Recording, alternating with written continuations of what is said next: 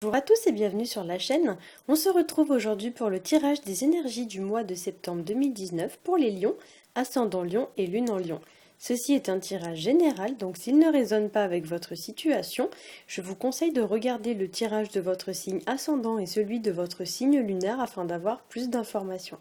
Si vous ne connaissez pas votre signe ascendant ou votre signe lunaire, j'ai placé en barre d'informations des liens qui vous permettront de les calculer. Alors comme d'habitude, j'ai fait ce mois-ci un tirage en 3 cartes.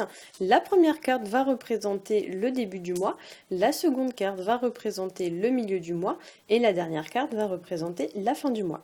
Donc on va commencer tout de suite avec la première carte que j'ai tirée pour vous et il s'agit de la carte du chariot qui nous parle de réussite, ça nous parle aussi de succès, ça nous parle de s'engager dans une direction vis-à-vis d'une situation. Il y a l'idée avec la carte de prendre la bonne décision et de s'y tenir. Pour certains aussi, vous pourriez également atteindre un but ou un objectif que vous vous étiez fixé. Avec le chariot, il y a aussi l'idée de reprendre en main les rênes de sa vie. Il y a un petit peu l'idée de reprendre le contrôle. Pour certains aussi, le chariot pourrait évoquer un déplacement, un voyage, un départ. Ça peut aussi nous parler de l'arrivée d'une personne dans votre vie. Ça peut aussi évoquer l'idée d'avoir de la visite d'une personne. La visite d'une personne ou recevoir des nouvelles d'une personne on n'avait pas eu de nouvelles depuis un moment. Ça peut nous parler également aussi de déménagement, de mutation professionnelle. Ça peut nous parler aussi de toute situation dans laquelle on doit quitter soit une maison, soit une entreprise. Avec la carte du chariot, effectivement, il y a quand même une forte corrélation avec le départ. Donc effectivement, le départ, peu importe du type de structure duquel vous partez, mais il y a vraiment l'idée d'un départ. Ça peut également représenter d'une manière plus symbolique un nouveau départ dans sa vie.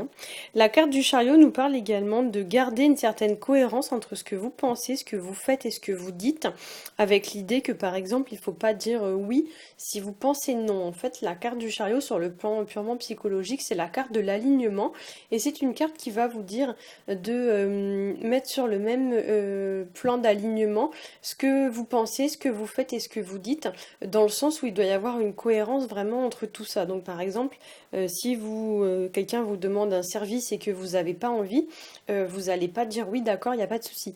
Vous allez dire bah non, désolé, j'ai pas envie. En fait, il y a vraiment l'idée voilà, de mettre tout sur le même alignement, vraiment de garder une certaine cohérence entre les pensées et les actes.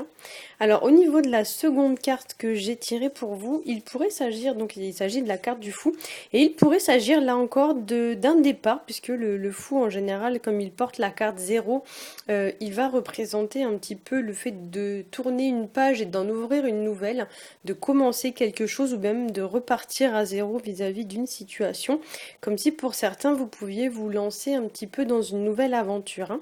Donc effectivement les deux premières cartes sont vraiment... on va dire qu'elle vous encourage vraiment à aller dans ce sens. Avec cette carte, on pourrait parler aussi de légèreté, on pourrait parler de saisir une nouvelle opportunité, de profiter de la vie. Le fou va aussi évoquer l'idée de se détacher d'une certaine contingence matérielle et de se détacher de tout ce qui va être superficiel. Ça peut nous parler aussi de tout ce qui peut vous encombrer l'esprit, donc il y a l'idée un petit peu de se vider la tête avec cette carte, voilà, de prendre un peu du temps pour soi et de vraiment se vider la tête, de penser à autre chose, de prendre vraiment du bon temps. Cette carte nous invite aussi à prendre des risques. Il y a un petit peu l'idée d'aller au-delà de ses limites, de passer à l'action, de sortir de sa zone de confort.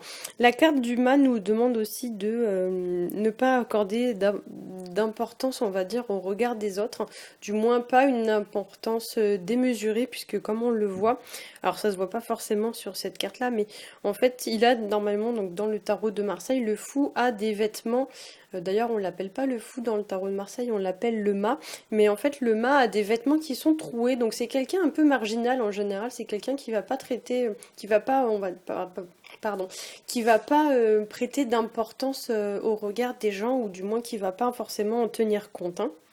Donc effectivement, pour certains, on va vous inviter vraiment à être vous-même sans tenir compte de ce que vont dire les gens.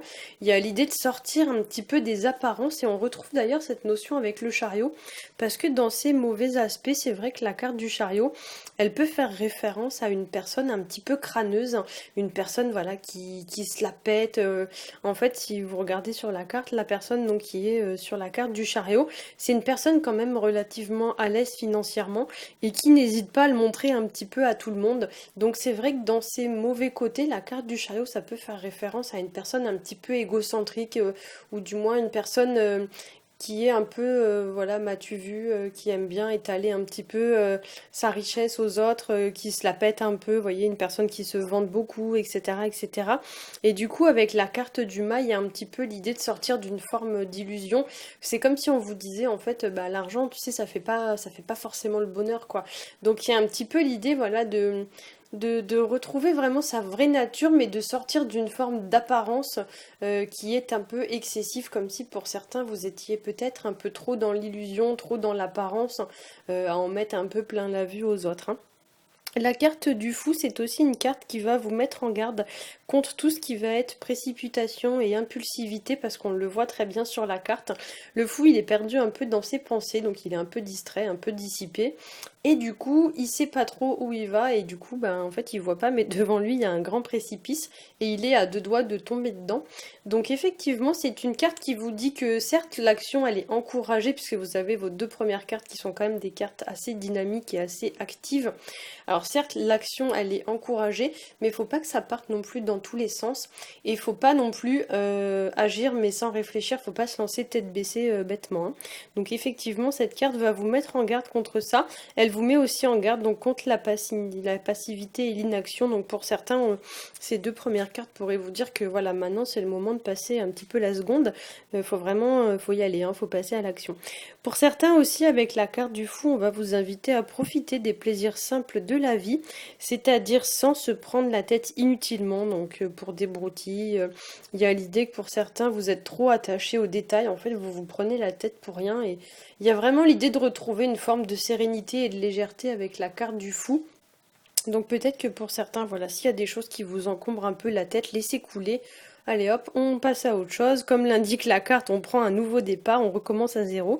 Et du coup, voilà, on laisse le passé derrière soi. C'est aussi une carte qui va nous parler d'une personne éventuellement. Alors si c'est le cas, ce sera une personne qui peut être un petit peu immature. C'est vrai que le fou en général, c'est une personne qui n'a pas de cadre en fait. C'est une personne qui n'a pas de limite en fait. C'est la personne qui fait un peu ce qu'elle veut quand elle veut, qui dit ce qu'elle veut. Il n'y a pas vraiment de structure, ça manque de... Ouais, ça manque de limite, hein. Donc effectivement, en ce sens, cette carte pourrait représenter une personne un petit peu immature, ou du moins une personne qui n'a pas forcément la tête sur les épaules, un petit plaisantin, un petit rigolo, un ou une d'ailleurs. Mais voilà, c'est quelqu'un souvent qui sait pas forcément de quoi il parle, qui n'a pas les capacités ou les connaissances nécessaires pour assurer pleinement son rôle. Et du coup, voilà, cette carte, effectivement, elle peut vous mettre en garde contre ce genre de personnes, ou peut-être même c'est vous qui êtes représenté par la carte, je sais pas, mais ça peut s'adresser vraiment à, à tout type de personnes. Je commence à plus avoir de voix là, j'arrive au dernier taroscope, j'ai vraiment plus de voix. Donc effectivement, ouais, pour certains, si vous êtes avec des personnes voilà, que vous sentez pas ou des personnes qui vraiment ouais, se la pètent, qui en mettent plein la vue, etc. Laissez couler, n'attachez pas d'importance à ce genre de personnes, hein. Si c'est vous qui êtes représenté par la carte du pape qui est située juste à côté va vous indiquer l'idée de gagner en maturité, de gagner en structure, en cohérence, en compétence, quitte à se former parce que le pape c'est aussi celui qui enseigne. On le voit d'ailleurs très bien sur la carte, il est en train de donner une leçon. Donc effectivement, si c'est vous qui êtes représenté par la carte, n'essayez pas d'en faire avocat à votre tête, essayez vraiment de prendre des conseils qu'on peut vous donner à droite, à gauche, voire même faites-vous aider. Mais voilà, faites pas votre truc à votre façon parce que des fois, forcément, bah, ce qui vous attend, c'est ça. Voilà. Alors, on va justement parler de la carte du pape, donc qui est votre troisième carte, qui elle va nous parler d'une manière générale de progression, d'ascension ou d'élévation vis-à-vis d'une situation. La carte du pape, c'est vraiment l'idée qu'une situation devient plus sérieuse sur du long terme, plus durable. Cette carte nous parle aussi d'apprentissage et d'enseignement. Alors pour certains, comme je l'ai dit, ça pourrait nous parler tout à fait d'acquérir de nouvelles connaissances ou compétences, par exemple en faisant une formation, en reprenant des études, etc., etc. La carte du pape, c'est la carte aussi qui va évoquer la fiabilité d'une personne. Alors soit c'est vous, soit c'est quelqu'un. Mais il y a l'idée voilà, qu'une personne doit gagner en fiabilité ou alors qu'une personne doit vraiment gagner un petit peu voilà, en structure, en compétences, d'arrêter un petit peu d'être dans un... Comment vous dire ça? D'être comme si c'était une personne qui était dans un état ou dans une situation un peu précaire et on doit gagner un petit peu en solidité, vous voyez? En solidité ou même en... Je sais pas comment on peut dire ça, mais en structure, quelque chose de plus construit, de plus abouti en fait. Comme s'il y avait quelque chose qui était un petit peu trop fragile, quelque chose qui a été peut-être construit... on va dire à l'arrache, voilà, qui a été construit un peu à la va-vite et du coup il y a l'idée un petit peu de consolider les bases quoi. Hein. Ça peut nous parler aussi d'une personne qui vous soutient, qui vous guide ou qui vous apporte une forme de solution à un problème, une personne voilà qui est habilitée ou qualifiée pour faire cela, donc ça peut être par exemple un coach, un enseignant, un médecin, quelque chose comme ça. Le pape ça peut nous parler aussi de l'engagement puisque souvent dans les tarots le pape va représenter toute forme d'engagement dans lequel vous pouvez être impliqué, donc ça peut être un engagement professionnel, ça peut être un engagement familial, ça peut être un engagement amoureux. Donc effectivement, ça peut nous parler voilà qu'il y a une problématique qui va tourner autour d'un engagement ce mois-ci et du coup, on va vous demander peut-être de vous engager dans une direction précise vis-à-vis d'un domaine de votre vie, comme si là pour l'instant avec le fou, c'était encore un petit peu précaire, un petit peu on sait pas trop où on va, voilà, c'est et du coup là, on a quand même deux cartes d'engagement, donc effectivement de part et d'autre en plus du fou. Ça pourrait tout à fait nous faire penser que certains d'entre vous vont devoir prendre des décisions concernant un engagement ce mois-ci. Hein. La carte du pape, ça peut nous parler aussi, comment vous dire, de confiance en soi, donc d'acquérir une certaine forme d'assurance. Donc le pape, c'est quelqu'un qui est sûr de lui et c'est quelqu'un auquel on va pas manquer de respect en fait. Donc effectivement, pour certains, vous devez peut-être gagner en structure, en leadership. Ça rejoint un peu la carte de l'empereur. C'est une personne vraiment qui se fait respecter et qu'on respecte d'une manière tout à fait naturelle. Ça ne nous viendrait même pas à l'idée de lui manquer de respect. Hein. Enfin, je sais pas, demain, si vous vous retrouvez en face du pape, vous n'allez pas lui parler comme si c'était votre pote. Hein.